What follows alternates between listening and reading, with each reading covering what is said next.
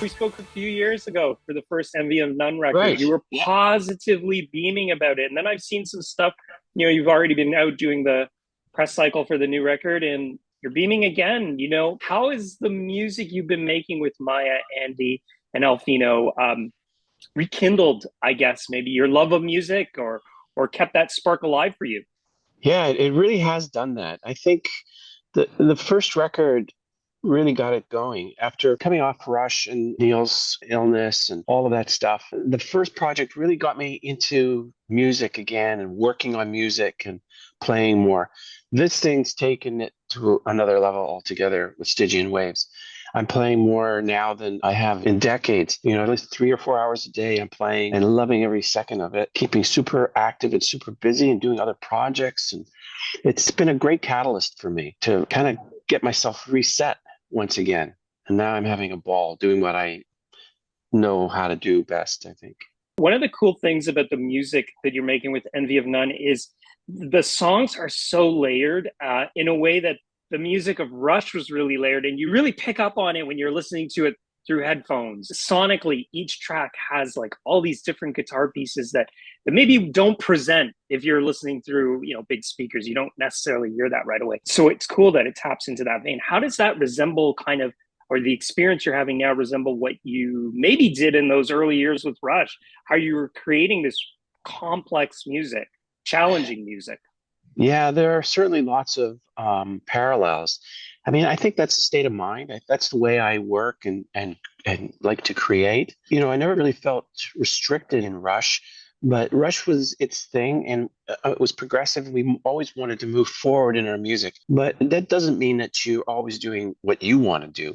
And in Envy of None, it's been really an open palette. It's just everybody just contributes ideas and we just take it to wherever it goes. It's been really an exciting exercise for me and super satisfying to be, totally free to do whatever you want. I've really made an effort with both these records to sort of downplay the guitar. And that comes, I think, from and maybe a bit of an insecurity because I just don't want it to be about the guy from Rush. This is a whole different thing. But after we made this record and I heard it in its final form as a mastered, sequenced entity, I was blown away by the fact that this sounds like a band now.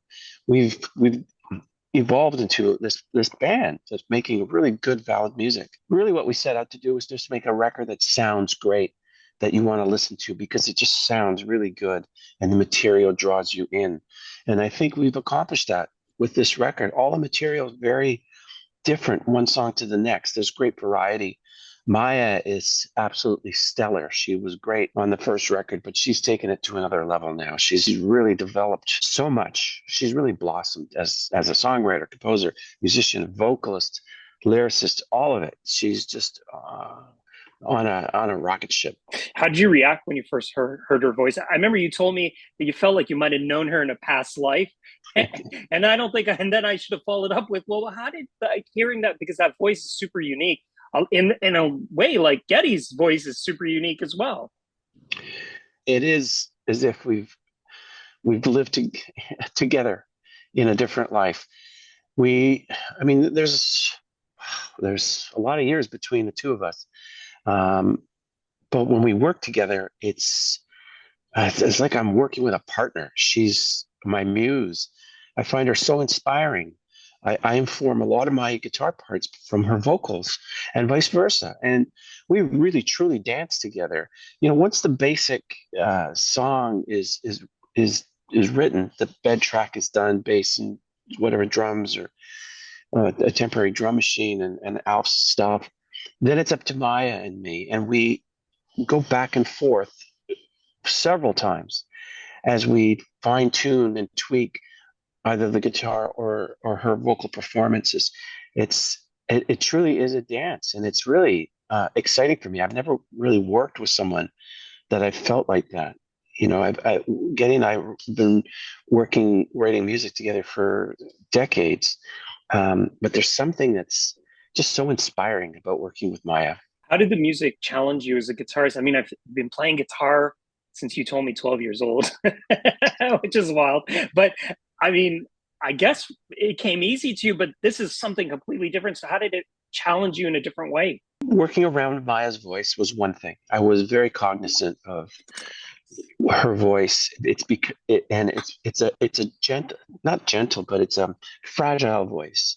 Doesn't have a lot of seemingly power. It's not a rock voice. So I think you have to be delicate in the way you approach other instrumentation, particularly with guitars. So generally, I do a lot of acoustic on both these projects, but I play a lot of acoustic. I use electric or heavier guitars for emphasis, dynamic points in those songs. So there's a lot of craftsmanship that goes into songwriting, and particularly in arranging and getting, being as in service of the song as you can be, so that everything that you do benefits the song, and it's not a personal, egotistical kind of thing. And with the guitars, I sort of downplayed them because I just didn't want them to be prominent. But that's not to say there's like 70 or 80% of the first records, guitars that sound like other instruments, wind instruments or keyboards or all kinds of stuff, which was cool. And that's what I really set out to do. Stygian Wavz, a little more traditional in the guitar approach. There are more guitar solos, for example, that I shied away from because I didn't want the connection of showing off and soloing to be the same thing, because they're not. A guitar solo, when executed properly, is an integral, very important part to a song. You can use it as an incredible tool for dynamics, to launch other parts, and it doesn't have to be an exercise in your skill as a shredder. So that's been satisfying for me too, to be able to really create some great solos on these records that really speak of the song. Have you been able to step back and kind of look at your musical evolution? I mean, it's 10 years since the last Rush concert, and then think of where you are now, and has it surprised you, shocked you? It's weird when you live it day to day, you don't really think about it, and I don't. I you know I attack every task every day when we're making this record, with an open mind. To I love music, and I hear things in my head, and how will I bring those ideas out and make them useful in this music. So, I guess what I'm saying is, day to day, you don't think about the bigger picture. You're sort of in the midst of the forest with all the trees, and you're working away at it. So it just feels so organic and natural. But I'm glad that we were capable of keeping it together to do what we set out to do. I saw on social media 50 years, Rush 50, and there's a huge box set as well that goes with that. What was it like for you to have a hand in putting that together? I mean, that's your whole career in one big box set. Well, in all fairness, we have so many great people working with us. Anthem can, or, with all that catalog, they can really do whatever they want. But fortunately, they do come to us for approval. They just want to make sure that everything fits in to the way we've always done things with Rush. This box set looks amazing. The things that they found and they came up with were stunning. I didn't even know they had existed. They've done an amazing job to really catalog that whole half century of what Rush is. I was speaking to the guys from the Tragically Hip last year, and they talked about, and then this is something I remembered as a kid. As a kid, people would have the Rush T-shirts on, and you just wanted to know what this was. I mean, it's like, this is so cool. What is this all about? And my dad got me the Moving Pictures record and Fly By Night, and then I just became immersed in it. But then, I mean, as I got older, I thought, and I realized you were Canadian. I was like, oh my gosh, it's so cool to have this band from Canada, and they're so popular worldwide. Can you reflect on that importance of Rush and its Canadianness, and staying in Canada and being sort of this big band that a lot of other people looked up to. Well, you never expect that when you're that 15 or 16-year-old kid playing in your parents' basement, trying to learn how to play a song. It's such a gradual thing. And the thing with Rush is it was never overnight. There was never a moment where everything kind of clicked. We spent probably 6 years on the road, slowly building a following, slowly getting out of debt, all of those things. And then in the early 80s with moving pictures, things really turned around at that point. So, it was a gradual ramp up. Uh, so we really felt like we earned it. The fact that we're Canadian, I mean, Getty and I still live here. Uh, I have no intention of living anywhere else. I love this country, and I was so very proud of being Canadian everywhere I went. Maybe now even more than ever for the obvious reasons. And being Canadian, I think there's a modesty that Canadians do have. It's part of our national trait. Honestly, we took advantage of opportunities that came our way and we worked hard. And I think if you're willing to work hard and you get a couple of good breaks, you can do whatever you want. I don't know why we are so special, but it happened for us. Are you able to pin down what your big lucky break was? you know, Cliff Bernstein getting the first album from Donna Halpert at WMMS in Cleveland. She played the record as a favor for a friend, and they got such great reactions. She, the next day, told Cliff in Chicago at Mercury Records that you should listen to this record. He got a copy of it. She sent the copy to him, and he listened to the half the record and then marched down to the president's office and said, "We got to sign this band like now. We got to do it right now," because we had a pending offer for another company. And they got in touch with us and said, "Don't do anything, like literally within the hour, don't do anything until we've had a chance to talk to you about the record." And then it just went from there. So that was probably our first major big break. 2112, there's a lot about that record that was pivotal for us. But when it first came out, it didn't do particularly well. It took a year for us to really work on that record, play it, every tour, every place that we went. And the same with moving pictures. So there are a few pivotal times in the Rush history. And 2112, that's the T-shirt I remember as a kid. The older boys and girls were wearing, and just wanting to know what is this all about. Alex, I saw this clip on the CBC of you as a kid arguing with your parents Yeah. about wanting to be a musician. The fact that that's captured is amazing. I did not know that even existed Yeah. until just like a couple of days ago or a week ago or something. Parents are trying to convince you don't do it. What did they think of your success, and what did they make of the career that you built for yourself as a musician? Well, your parents, they just want the best for you. My parents came from Yugoslavia after the Second World War. They left with nothing. They lived through horrendous times for 6 years before, coming to Canada as refugees. Um, for them, they wanted me to be a dentist or a lawyer or an engineer, a profession that was a good paying job for your whole life. And that's the way they looked at it. That's the sort of things you need to do. My father worked most of the time that I knew my father. He worked three jobs. He was not afraid of working, and if he needed something, then he worked for it. He instilled that kind of work ethic in me.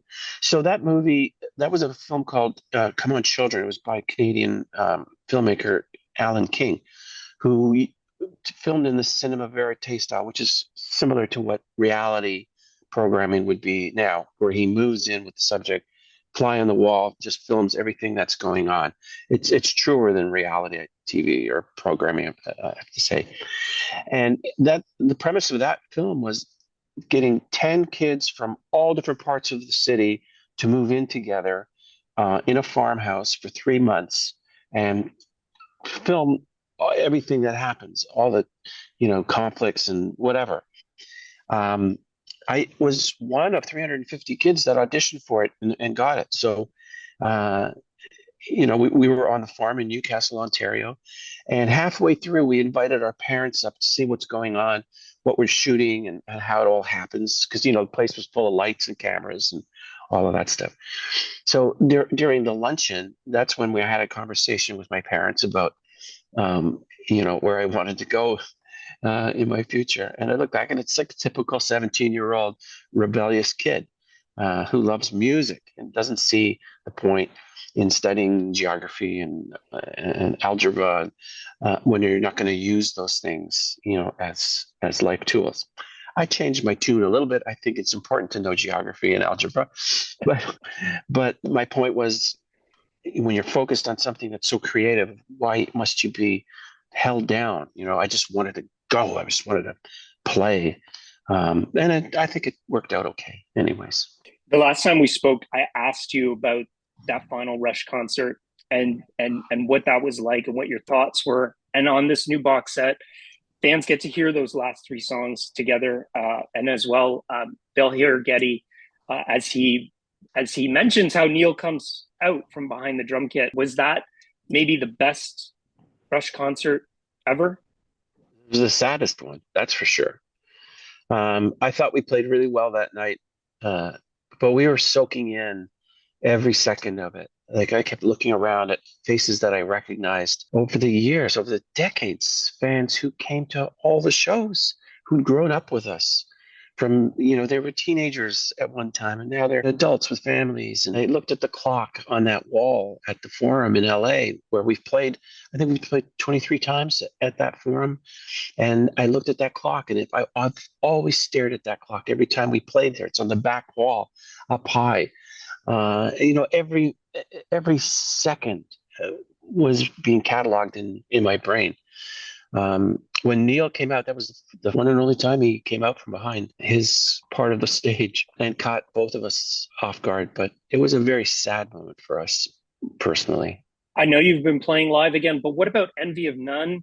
I mean, there's so many venues in Toronto that you've never played at History, right? That's a new one. And there's venues that you have played, Massey Hall, which was recently refurbished a couple of years ago. What about hitting the road with that band? I mean, I asked you last time, you said maybe.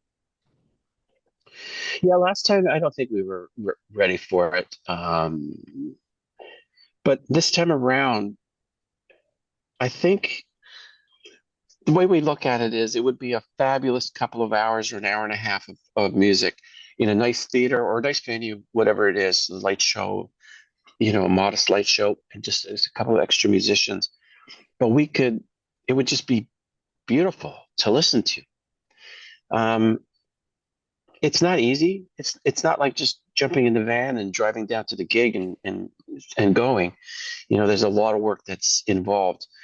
Is there an audience? Is there is there enough of an audience so that we wouldn't end up, paying for a tour?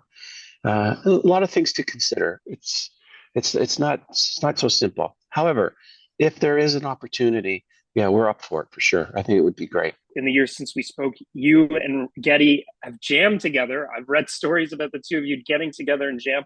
I'm curious, what songs have you played? Is it like Rush songs of deep cuts? Like what is it that you guys jam out to?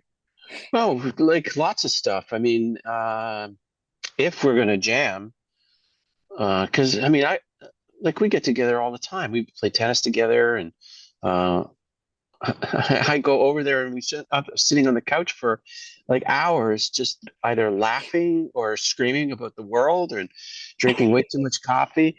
But the times that we do actually go downstairs and make some noise, sometimes we just play. Like often we sort of gravitate to sort of a bluesy sort of thing. Maybe it's our roots or something. And it's just kind of fun to be with a friend playing. We do play some Rush stuff occasionally. Uh, I've realized that the Rush stuff is way harder than I remembered. Uh, now I get it. When you're doing it every day, it's you don't think about it, but when you get away from it and realize how complex the arrangements are and how many notes there are, it's it's eye-opening for sure. Yeah, and sometimes we just play like goofy songs, you know, from the past. Yeah, that's something that I appreciate now that I'm older, is just how musically complex that was. I mean, when you're younger, you don't necessarily pick up on how hard technically the music that Rush put together was and is. I had a neighbor who wanted me to ask you your favorite Rush album, but I'm sure you've been asked that a million times. What about the most underrated Rush album? Caress of Steel was a difficult record. I mean, it was super important for us and we loved it, but it wasn't received well. Is it underrated? I don't know. We were trying things and there wasn't an audience for it, I guess. So that doesn't necessarily mean that it was underrated. Maybe it was rated just, correctly. Um, no, I can't say that I really think we have one. I think they all fit, in the right place. What about your favorite then? Oh, that's like asking who's your favorite kid. Uh, I do love moving pictures. When I do hear songs from that record, there's something about the sound of it, and maybe it triggers memories of the recording because the recording process was just so fantastic. We just had such a great time making that record. We were so focused. We knew that we had something special, and the whole experience was super positive. Um, so that would be one of my favorites. 2112, of course, just for the energy and the courage to make a record like that at that time, at that point in our career, was quite special. And Clockwork Angels, our last record with possibly the greatest song we wrote, The Garden, on that record. That's also up there. So I'd have to say top three. I still have my moving pictures vinyl actually. So that would have been like a made in Canada one from the early 80s. And it's so great. Alex, before I let you go, did you have a plan B in case it didn't all work out for you? Oh, yeah, my dad said I could come and work for him as a plumber. So I was covered there. Thank God it worked out. That's awesome. The record's great. I mean, it's just so diverse. The songs are so diverse. I love the Stygian Wave ending the record is actually amazing too, because Western Sunset ended the first album, and that was a nice sort of calm, plaintive way to end that. But this one, it ends on a really hard charging note, and I really Yeah, dug that. I really dug that a lot. great. Yeah. Alex, it was so awesome to talk to you again. I mean, it's not every day you get to meet somebody who's been part of your musical interests since you were a kid. So that's Oh, awesome. thanks, Mark. That's very, very kind of you. I really enjoyed talking to you.